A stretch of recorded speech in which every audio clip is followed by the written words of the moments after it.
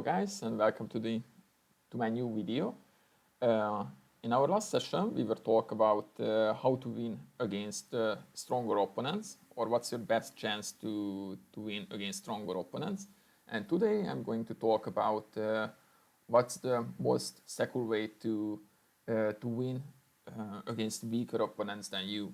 And of course, as usual, I have a background story for this game. I played that game, this model game, what I will show you today, more or less 1 year ago in an open tournament in the last round. I had 2 rounds at that day, and I made a very quick draw during the morning. And I was pretty sure that I'm going to play against international master during the afternoon. So I started to prepare against him, even without knowing the pairing. And after that, the pairing happened, I realized that I'm not going to play against him somehow. I still don't understand. And I will play against someone else, a guy with 2050 rating, and I will be leading the white pieces. And if I win the game, I will win like more or less 400 euros prize. Otherwise, if I make a draw or if I lose, I get nothing. So it was a very good chance because, of course, I was more happy than playing against a stronger opponent. That was a very good chance to win a nice prize, but for that I have to win the game. Um, and uh, and you can imagine that how important that game was to me.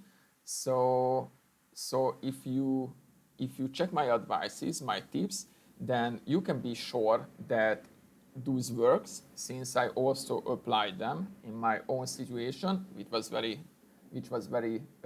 important for me. So yes, I was playing with the white pieces, and because I wasn't expected that, I couldn't prepare to my game, to the opening. So I just had to play normal from my own. I was on my own.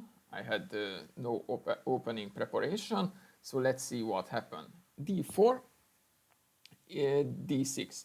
Since I played the Jobava London system, it could be still um, a bit advantage that the Jobava London system is good more or less against everything. So it doesn't matter if I was preparing against an international master, the opening is still the same. So I was hoping that something will like happen and I can get to my preparation. But no, my opponent surprised me and he was deciding to go for the flee door defense. And to be honest, I'm not a big fan of this with white. I do not have a repertory against that since it's very rare. And it was I surprised he surprised me, and I didn't feel very comfortable. I was a bit stressful because of that. So I had to figure out something, and let's see how I manage this situation quite easily. E4, knight f6, knight c3, e5, knight f3, exchange. He's going into the open flee door system, knight d4 and bishop e7. And since I saw this line a few times in my life, and I was also thinking to play that with black, and sometimes I do in blitz games, I know it's quite sharp. And after my last session, you know that if you play against a stronger opponent, choosing a sharp line it's a wise decision, and my opponent did that exactly. And you know that all what I can remember that bishop f4 is one of the most popular and probably the main line, and after castle, white's plan is something like queen d2 followed by long castle. But you know what? If I play against someone weaker than me, and if I have to win the game, I try to be very careful. I try to avoid any kind of risk. So I think it makes sense that I didn't want to get into a middle game with the opposite castling, because that could be extremely dangerous. So if you are playing someone who is weaker than you, then try to keep the position more simple, try to avoid the sharp, the complicated positions, because you can, even the stronger player can make a mistake in a messy position. And in the other thing, that why I played bishop c4 instead, because when you play someone weaker than you, then you can leave the theory lines. It's not important to get the advantage in the opening. It's more important to have a healthy middle game with a full life on the board, and make something healthy. I think that's the best word for that. So for example, if I play with the black pieces against someone weaker, most of the time I choose the modern defense with black. And I know that objectively it's not the best opening, and gives a slight advantage for white right at the beginning, but I do not have to exchange pieces. I do not have to study study theory and memorize the very concrete lines. So the better chess player will win, and I think that's the right mindset against a weaker player, to make just something healthy, and after that the better chess player will win. And also one important thing that I have to note, that when you are playing against someone weaker, then start to try to avoid the very concrete moves, the very concrete lines, because even if your opponent has to find a very difficult move, but it is his only move, then there is a good chance that even a weaker player will find that. The best what you can do is leave him room for making a mistake, leave him thinking, leave him do his own strategy, because if he is on his own and if he has many decisions and many plans to choose from, then probably he will go for a less good strategy, and you can get advantage from that. Castle, bishop b3. Of course, it's not necessary. Castling would be more logical, but there are some kind of tricks in the Philidor gambit. In the Philidor defense, when black can sacrifice the knight on e4, taking back, and d5 there is a 4. Probably it's more or less harmless here, since I can still play bishop d3, and this position shouldn't be very bad for white. I guess we have some slight advantage here, but I wanted to prevent every kind of tactical complications. I wanted to keep the position extremely simple. I wanted to kill all of the tactical chances from the game, so I tried to leave my opponent hopeless in this way. I do not want to face any risky complex middle game. a6 is pretty natural.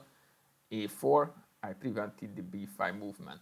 And as I said, right here, black has a few options. I think his black option, the best option for black, the most logical, knight d7, followed by knight c5, and I think black can equalize here quite easily. So white didn't get any advantage in the opening, but that wasn't our plan. But after, for example, castle, knight c5, rook e1, he takes the bishop. He has the bishop pair, but white has some space advantage for that. It's a very, very quiet middle game position. There are many pieces on the board still, so I wasn't worried about that black could equalize easily, because after that we will see what's going to happen. I don't think that you have to fight for the advantage in the opening against a weaker player. But what I want to talk about that right here, knight d7 would be his best option, I think, but also knight c6. Knight c6 seems also logical. So right here he had to make a decision that he continues with knight c6 or knight d7, which is the better placement for his knight. It's a decision right away, and also there are some other candidate moves. So it's like having room for your opponent to make a mistake, not forcing him to do something, because if you are forcing him to do something, even if it's a hard move, there is a very good chance that he will find it if it's an only move. But if he has many moves to think about, then probably he is not going to find the very best solution. And he played c5, which I was very happy with that. Not only because it leaves the d6 pawn backward, but somehow this c5 seems a bit unnatural for me. Knight e2. Of course, I was considering knight f3 also, but knight e2, I think it's a bit more flexible, because after that I can also go through g3 to somewhere on the king side, or what is very natural, the knight f4 and knight d5. And also one advice here, which is very, very important: you can demoralize your weaker opponent quite easily. All you have to do is start to spot the weakness of his last moves. So try to show him what did he do wrong with his last move. And it's not necessary that you have to make the best moves, but it's very, very in psychology, it's very, very demoralizing when you spot his weaknesses. And like here, probably knight f3 would be the same quality like knight e2 was, but now I show him that he left a knight outpost and a big hole on d5, and I'm going to take this d5 right away. So I showed him why the c5 was a bad move.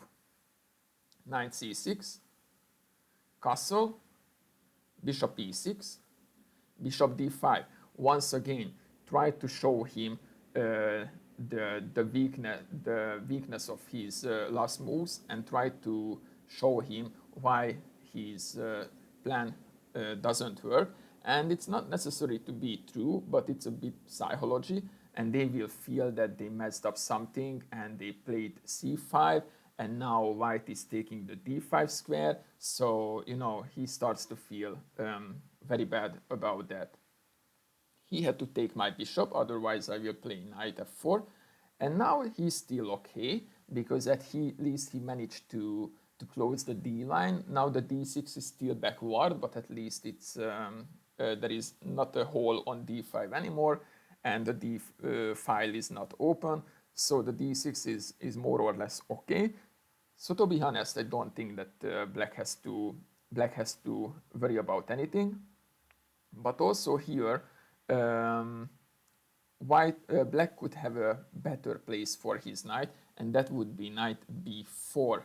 And yes, it's not a move that easy to find, because somehow you feel that you close the knight out of the game. Maybe one time, if white managed to leave the c3 square with the knight, and after that white could manage to play c3 with the pawn, that knight could find himself in a trouble. So it doesn't seem a very healthy spot for that knight, but objectively this is the best one.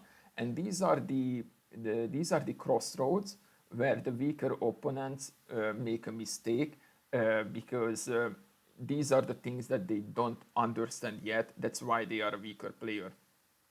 a5, queen d7, and black would be perfectly normal, even if the knight b4 seems a bit weird there. Probably white has to worry about the d5 pawn sometimes after queen f5 or queen g4 or some plans like that. My opponent made the most natural move. He went for knight e5 instead. It's more natural, seems more natural, but here white can get the advantage. Knight g3, queen d7. Also, he had many possibilities here, many plans. He could play something like rook e8, which seems very natural. Rook b8 also seems very natural, followed by the b5 plan. I have some crazy ideas here, like rook e8, g6, followed by bishop f8, bishop g7, relocating this bad bishop to the g7 square somehow. So these are very typical, but what again, it's the same situation that black has many choices, so the chance to make some inaccurate move for him is quite high. Queen d7 he played, which seems natural. He tries to develop the queen, connecting the rooks, preparing the b5, but unfortunately it's not a good decision, and I will show how.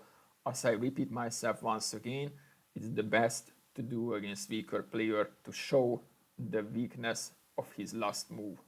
f4, knight g6 is an only move, f5, moving forward. Of course, a5 would be also possible, but I wasn't a big fan of this position. I think black will have great compensation even if he has space disadvantage. But after, for example, b3 preventing the c4, bishop d8, and he will manage to make uh, pawn lever somewhere, and he will have a compensation here. And you know, I repeat myself, the last thing that you want against a weaker player to complicate the position. You want to keep the things simple in your hand, and you would like to lead the game. f5 I played, knight e5. Also a5 is still a possibility, but as I said, I want to show my opponents the weakness to spot his last move weakness. So bishop f4 I played, and how do I show the weakness of the queen d7 move here? That now the e5 knight doesn't have too many squares to leave. Now the best what he could do is going back to d7, but he cannot go back to d7 because he put the queen to d7. So now I understood that it could be a bit stressful for him, because now I want to take the e5, and now finally he made his first blunder. Rook d8 would be very much logical. After a5, I can keep the pressure. White has some space advantage, but black is still more or less okay. His position is not very comfortable, but it's okay. But these are the things when how you can force your opponents to make a mistake. After inaccurate moves, finally he made his first mistake, and he went back to queen d8, and he wants to leave the d7 square for his knights. Probably the f knight would go to d7, followed by bishop f6, and he would work out the e5 square, and he would be perfectly okay. But unfortunately, he has no time for that, because I go for the bishop e5 immediately. D takes e5, knight e4. And if you ask me during the game, when did I feel the first time that I have the game in my hand, and I'm 100% sure that I'm going to win the game, is this moment here. At my level, up to FIDE Master level, these positions with black are more or less hopeless. I have an advanced pawn on d5, it's on a white square, so his bishop cannot challenge that d5 pawn. Also in the future I can protect the d5 advanced pawn with c4, making it a pass pawn, a protected pass pawn. Also I have a huge knight, it's like a bull on e4. He cannot challenge it because it's a white square, his bishop is black, so he cannot challenge the e4 square. And at the same time, what happened with his pawn structure? His two centralized pawns on e5 and c5 are on black squares. What does it mean? Preventing his own bishop from the movement, and on the other hand, he cannot challenge my centralized pawns. So basically, in a positional way, the game is over. Bishop d6 he played. He wanted to, I don't know, maybe blockading the d5 pawn, also preparing knight e8. I'm really not sure, but probably his best solution would be still something like knight e8. It's not in the game here. I didn't include that line, knight e8, but I can understand that it feels quite bad. But once again, I think, as I said in my previous video, that the weaker player will be weaker in a positional game and in the end game. So the stronger player can have the advantage in a solid, in a quiet positional middle game and in the end game. And I think that's something that we see here, that even that black could escape and then make some tough moves like knight e8 here. They do not really feel the small nuances in a positional position like that. Knight f6, and once again I think the game is already lost here. He took it back with the pawn, but if he takes it with the queen, it's not much either. Knight e4, queen h6 would face with bishop a3, which is just a destroying move. The rook connects to the battle from the third rank. To be honest, this is my favorite move of the chess, to put a rook on the third rank, because from the third rank the rook can give some the rook has some potential for being a defensive piece, or it can also join to the battle quite easily without moving the queen and the other rooks and stuff like that. Just rook e8, and after that he can connect to from g3 or h3 or something like that, and at the same time it can also give some possibilities for protection too. So queen d8 if he goes back, f6, g6 is a must, queen d2, rook e8 is a must once again, or I think he can go to king g8, but I'm pretty sure it's losing. Yes, it does. So rook e8 and c4, and I think the position is just over here. Once again, the centralized pawns of mine are on white squares. The knight is on a white square. He cannot challenge that with this horrible bad bishop. His centralized pawns are on black squares, preventing from everything the f8 bishop. So basically the game is over after h5, h4, h5, rook h3, and the attack will go through, and he cannot do anything with that. So yes, queen f6 wouldn't be so much better, but still a bit better than this one here, because not only on the dynamic way white becomes better, but now we also have the positional advantage here. He has a double pawn on the f line, he has an isolated pawn on the h6, and maybe in the future the b7 pawn is also going to be a backward pawn. Knight e4, of course, king h8, he tries to make some room for the other pieces to join to the defend. Queen h5, rook g8, I think it's a must, because otherwise rook a3 or rook f3 and rook h3 would happen. But now we have the totally positional advantage, we have the space advantage, we have a pawn structural advantage, we have the material advantage.